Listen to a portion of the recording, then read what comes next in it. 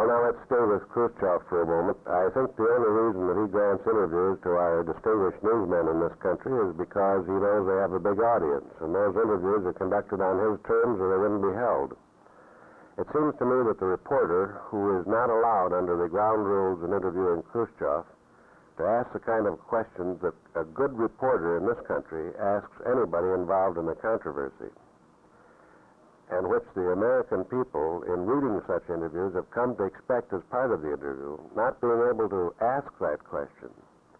I think that in the report which is given to the public of that interview, that the reporter, being a knowledgeable fellow, should interpolate the facts. For example, when Mr. Khrushchev told a reporter recently that he did not believe that any country had the right to liberate the people of another country, but that the people of that country itself had a right to liberate themselves, a reporter's temptation would be to ask him, well, now, just a minute. What about Hungary and Poland and East Germany and the other satellites? You didn't allow them to liberate themselves, and you're not about to do it now. But, of course, he can't ask that question.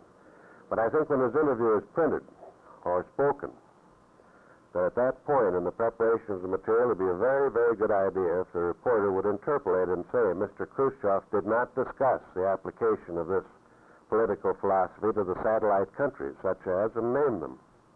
Now, that sort of reporting would be entirely different than anything we've ever done, because it involves the invasion, to some extent, of the news pages by what could be called editorial comment. But I don't mean personal editorializing. I mean facts.